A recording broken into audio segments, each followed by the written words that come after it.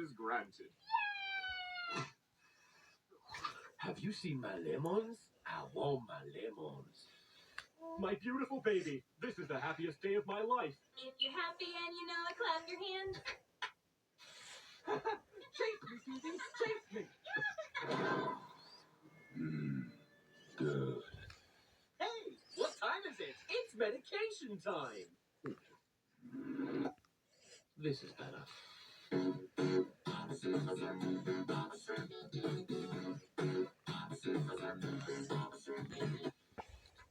Cannonball! You want a piece of me? Yeah, well, here you go then. Thanks. No! Don't jump! Okay, now jump! Okay, hit the apple. Beep, beep. Beep, beep. I'm back, You snuck out through the crack again. but I came back, didn't I? I'll block the crack. Let's see you get out now. No, wait. I need to go find my goddess. It's dangerous outside. Have some cat treats instead. Feed him well. He won't think about sneaking out again. Yummy, so tasty. He's chubby like a sea cucumber. So cute. With Ben's size now, no way he can squeeze through the crack. I'm heading out. Perfect chance. Goddess. Here I come. It's getting dark. Better hurry back. Lucky the owner isn't home yet. Slip back in like nothing happened. Huh? Why can't I get through? I always used to come back this way. Help! I'm stuck outside. Cat used to squeezing through cracks get to fat and they panic, doubting his whole existence. I'm back. Clinique makeup is made to play, so give it a spin. Clinique. Everybody hit it with me. We just bailed out a complete stranger from jail. I really hope he's excited to be free. Oh, look, bro, look, here he comes. Hey, yo, who the fuck is y'all? Hi, sir. We're the ones that just bailed you out of prison. Why the fuck would y'all do that? We were just doing something nice. That shit ain't nice. What was nice was the butt I was finna get tonight from my sweet pea. Now you done fucked that up for me. Well, we are so sorry for that, sir. Mr. It's Terry. Big Terry. I'm sure it is. No, Mr. Big Terry, we also have another surprise for you. We got you a hotel to stay in. Okay, and seeing as you both cost me some butt, Right? which one of y'all's coming back to the room with Big Terry? I like the way he looking over there. Me? Yeah. No. Oh, you juicy. Oh, God, no. Mr. Terry, I am dry. Oh, my God. I'm Oh, dry. that's fine with me, Juicy. Yeah. There ain't nothing a little bit of spit and friction can't fix. Oh, what? I hope y'all booked a room that's gonna be to the side, because it's gonna be a lot of slobbing and struggling there tonight. A whole bunch of grease and grounds. Oh, Jesus, the grease and grounds. I'm scared. Yeah, you should. Mr. Terry, me and Ethan were going to spend the Who the night. hell you think you talking to? My name Big Terry. And who the fuck is Ethan? And you better start talking to me in your real voice. I'm confused. This is my real voice. Higher. Sorry, Big Terry, but the plan was for me and Juicy to give you a hotel room key and just leave. Well, I had plans to cover myself in Kool-Aid powder in my cell and get licked off from my sweet pea. Yeah. But things change, don't They they? do. I guess they do, Big Terry. Yeah, you freed the wrong one. They gonna lock me up for the things I do to you in there tonight, Juicy. Let's head to the room. We just bailed out a complete stranger from jail. I really hope he's excited to be free. Oh, look, bro, look, here he comes. Hey, yo, who the fuck is y'all? Hi, sir. We're the ones that just bailed you out of prison. Why the fuck would y'all do that? We were just doing something nice. That shit ain't nice. What was nice was the butt I was finna get tonight from my sweet pea. Now you done fucked that up for me. Well, we are so sorry for that, sir. Mr. It's Terry. Big Terry. I'm sure it is. No, Mr. Big Terry, we also have another surprise for you. We got you a hotel to stay in. Okay, and seeing as you both cost me some butt, Right? which one of y'all's coming back to the room with Big Terry? I like the way he looking over there. Me? Yeah. No. Oh, you juicy. Oh, God, no. Mr. Terry, I am dry. Oh, my God. I'm Looking for the verdict.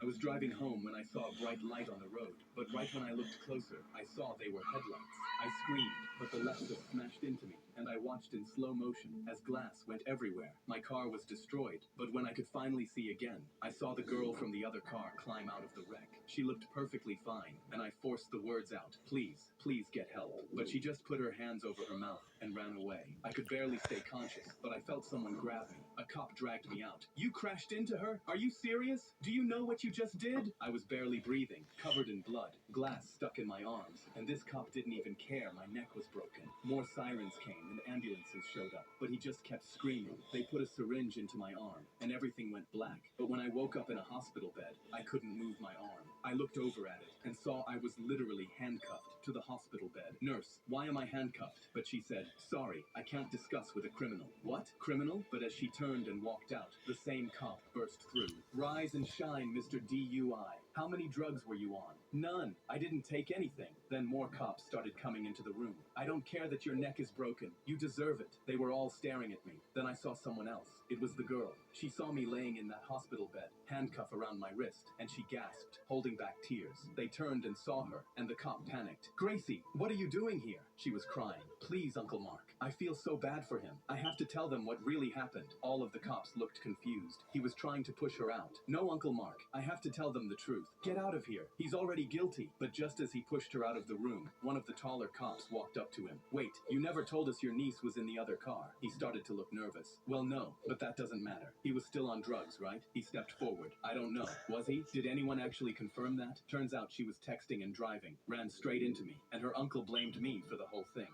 And even though the pain was excruciating, I still raised my middle finger as they took him out. I was driving home when I saw a bright light on the road. Super Mario Galaxy. The only thing more unusual than the crime are the detectives. The good, We shall solve the crime. the bad, I want to buy 6 iPads. and the hungry.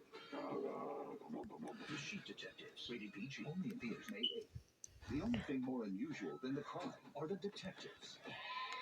The good, We shall solve the crime. the bad, I want to buy 6 iPads. and the hungry. The Sheep Detectives, rated PG, only in theaters May 8th.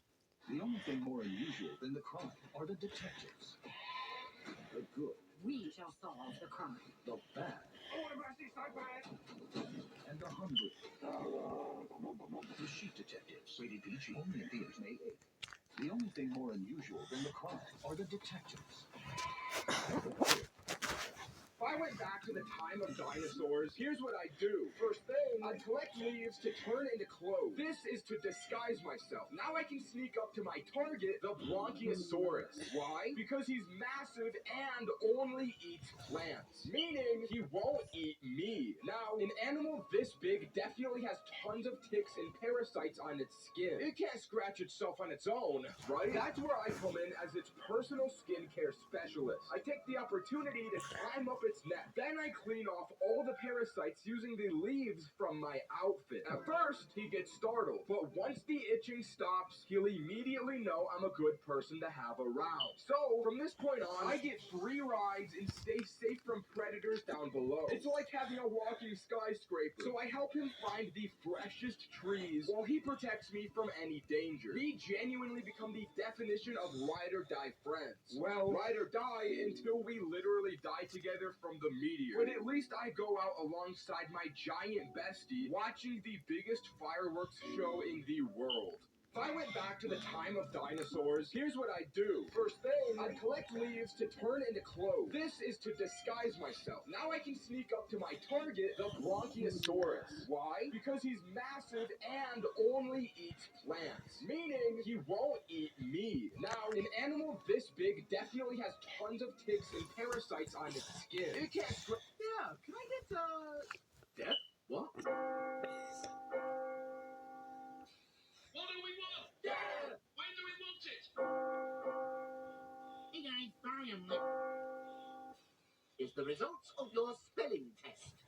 Wow! An A! Can I play with my friends? Oh, you don't have any friends. Ned. Hey, somebody ordered a larger pizza? I did. Oh no, I'm dropping a pizza on a little man! Ugh, time to change this baby. Talking turtle. Oh. Hey. Get out of my sandwich. No. You want some spaghetti? That's how you open a door. Wait a minute. I can't drive. Egg. Stop turning people into Egg. Yeah, can I get, death? What?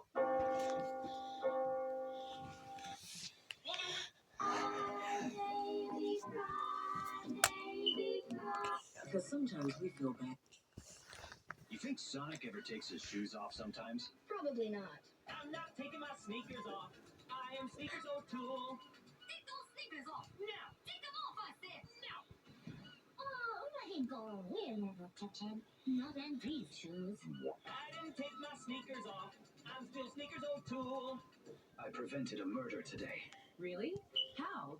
Self-control. I woke up Chris Breezy. Patience. Gotta contain myself. Are you gonna let them disrespect you like that? You think Sonic ever takes his shoes off sometimes? Probably not. I'm not taking my sneakers off. I am Sneakers O'Toole. Take those sneakers off. Now. Take them off, I said. Now. Oh, let him go. We'll never touch him. Not in these shoes.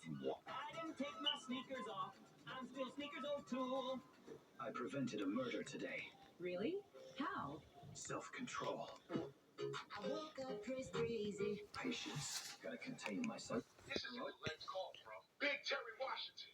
Answer the phone, sugar Dad, girl. you don't have to answer it. He can't hurt you. Yes, the fuck I can. I'll bruise you from the inside and out. Answer the goddamn phone. Hello? I'm just calling up all my old hoes and bitches, letting them know I'm getting married. To who? To my sweet pea. Ain't that right? Yeah, Big Terry. Oh, I love when you do that voice. I'm gonna hit you like a jackhammer tonight. We breaking through concrete. Oh, Jesus Christ. It's Big Terry. I'll do it better than that. Yeah. What are you doing? Are you getting jealous? No, it's just like some Stockholm syndrome or something. Don't worry, sugar girl. You're gonna always be one of my favorites. Remember that time I went so deep down inside you, I cracked some of the vertebrae on your spine? Yeah, I do. They said 1 inch should have left you would have separated my spinal cord. I was paralyzed for months. I had to learn how to Yeah, walk again. you had a lot more than just spinal fluid in there that night.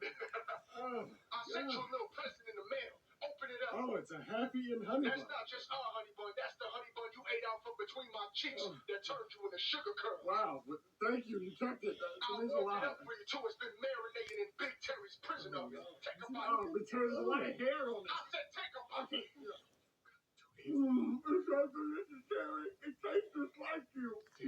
Don't look at me. Oh, God, where is this hair from? Why is it so long? Now let me hear you crumbling on your curls. No, I'm done with this. I don't have curls no more. I got twist. It's sugar twist now. I'm taking it back. Fuck said you could do that. Take them curls out right now and sprinkle the honey bun on it. Or the last thing you're gonna feel is warm breath and bed before I come fill you up and get you pregnant again. Again, Dad, what the fuck does that mean? I'm gonna just take them out. It's okay. Come on, Dad, don't you? Oh, God. Okay, I'm doing it. Yeah, who's my little sugar curls? I'm your sugar curls. Put on your real voice. I'm your little sugar curls. Like music to my ears. And don't forget our deal, January 24th. Wait a minute, why did you just say my 18th birthday? What deal? Don't worry about it, son. What did you do? Just don't worry about it. This is a collect call from Big Terry Washington. Answer the phone, sugar Dad, girl. you don't have to answer it. He can't hurt you. Yes, the fuck I can. I'll bruise you from the inside and out. Answer the goddamn phone. Hello? I'm just calling up all my old hoes and bitches. Let them know I'm getting married. Demetrius. What a low blow! You fiend of a child! A punch to the scrotum is unforgivable! The last thing I want is to hang with some wannabe heroes. Wannabe? How old are you, kid? That brat's got spunk. He's like a mini version of you. What are you talking about? You need to shut your mouth before I blast you all the way to hell! Yeah, sure. The power coming from you felt the same as All Might's. Midoriya, tell me. Are you really All Might's secret love child or something? Am I? What? I've seen it. You've got All Might in your corner helping you out. Okay, I get why you'd think that. You're not gonna find anything interesting here. More like nothing at all, dude. So you're a minimalist, huh? I just never understood why someone would want to fill their room with junk. Guys like this always have a super pervy thought to meet you. Whoa, whoa! You fiend of a child! A punch to the... You're late. I looked up, and 5 kids in matching black hoodies were staring at me. One of them slid me a burrito, and they all took a bite at the exact same time. I froze with my fork halfway to my mouth. The kid at the end of the table glanced at the cafeteria doors. A teacher walked in, and every phone at the table switched to a calculator app at the same time. The teacher passed. Phones flipped back. The kid across from me leaned over. Good reflexes. You're in. I'd been at this school for 20 minutes. I didn't even know what I was in. By Wednesday, a sticky note showed up inside my textbook. Operation Thursday. Hallway B during 3rd period. Bring gum. I bought a whole pack and showed up not knowing what I was walking into. They handed me a stack of papers and pointed me toward the door. You're on lookout, and if anyone comes down that hallway, you whistle, and we're gone. My heart was pounding like I was robbing a bank. I stood at the end of the hallway while they went desk to desk in room 203, sticking papers under every seat with the gum. Friday, the leader pulled me into a stairwell and handed me a black hoodie. You didn't run, and you didn't ask questions, so welcome to the shadows. The following Monday, he told me to meet at the library after school. I walked in, expecting some kind of underground headquarters, and found 6 kids in black hoodies, sitting around a table covered in flashcards, open textbooks, and color-coded notes. One of them was walking a freshman through fractions on a whiteboard. I just stood there. The leader looked up and smiled. Those papers we stuck under the desks were study guides for kids who can't afford tutoring. What did you think we were doing? I looked at the calculator app still open on their phones, the synchronized snack break happening in the corner, the black hoodies hunched over homework. All of it was the most dramatic study group in the history of high school. Next semester, a new kid sat at our table looking terrified. I slid him a burrito without looking up. You're late. You're late. I looked up, and 5 kids in matching black hoodies were staring at me. What if AI could handle your most repetitive...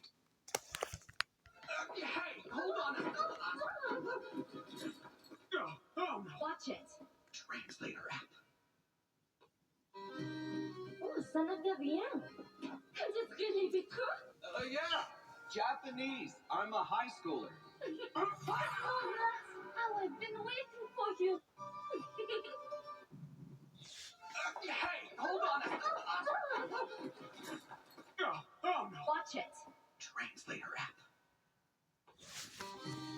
Oh, ça ne veut... You really mad? What are you...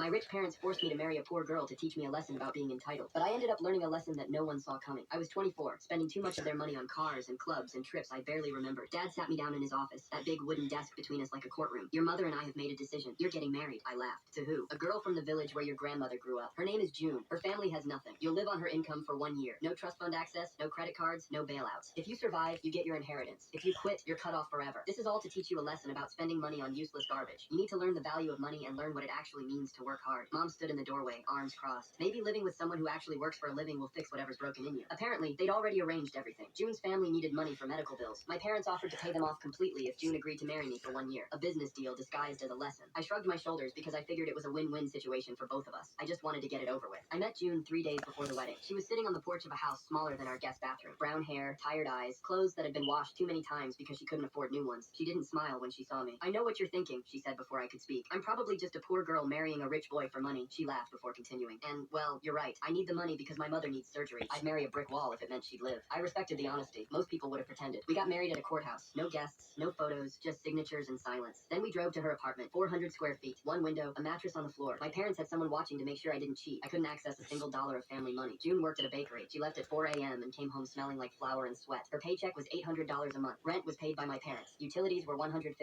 That left us $650 for everything else. The first week, I was miserable. The second week, I was angry. The third week, something My rich parents forced me to marry a poor girl to teach me a lesson about being entitled. But I ended up learning a... Dude, are you sure it's just allergies? Just a couple of sneezes and sniffles here and there. But to be completely honest with you, I don't really get sick like that. My immune system's actually so strong.